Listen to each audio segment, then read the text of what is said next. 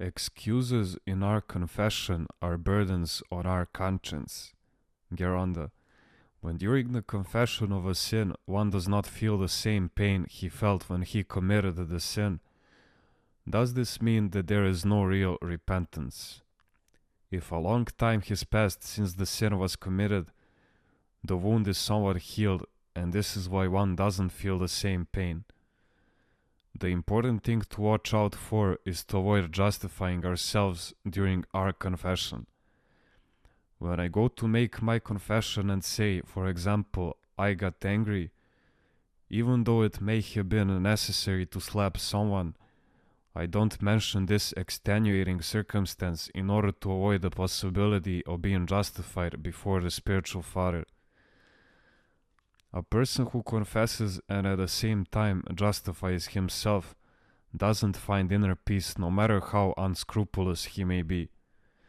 The excuses he brings into his confession become burdens on his conscience, whereas he who exaggerates his faults because he has a refined conscience and accepts a heavy rule from the spiritual father experiences ineffable delight. There are people who, for example, if they steal one single grape, will feel as if they have stolen many baskets of grapes, and are constantly thinking of their mistake. They can't sleep all night until they have confessed, while others who have stolen many baskets of grapes justify themselves and say that they only took one single bunch. But those who not only do not justify themselves, but also magnify their smallest fault and worry and suffer much over one minor infraction, they experience immense divine consolation. This is where one can see divine righteousness in action and how the good God gives his rewards. I have noticed that those who confess their faults humbly to the spiritual Father and debase themselves shine because they receive the grace of God. A war veteran narrated to me with great distress what he had done when he was 8 years old.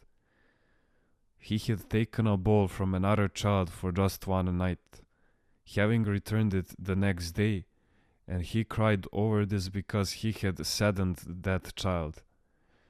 When he was discharged from the military, he looked up and found all those he had somehow grieved while serving in the military, even during the line of duty, and asked for their forgiveness. Now this impressed me. He took it all upon himself. He considered all the faults as his own. He now lives in a village and gives away his money as charity. He also takes care of his elderly mother, who is 95 years old and bedridden with paralysis, and because he sees her body when he takes care of her, he is troubled by the thought, if Ham, who saw the nakedness of his father, was punished, what about me? He was constantly weeping. His face was transformed. How much I learned from this his contrite spirit. Geronda. Can someone magnify his mistakes merely in order to show that he is doing refined spiritual work? That is another matter. In this case, one becomes proud of his humility.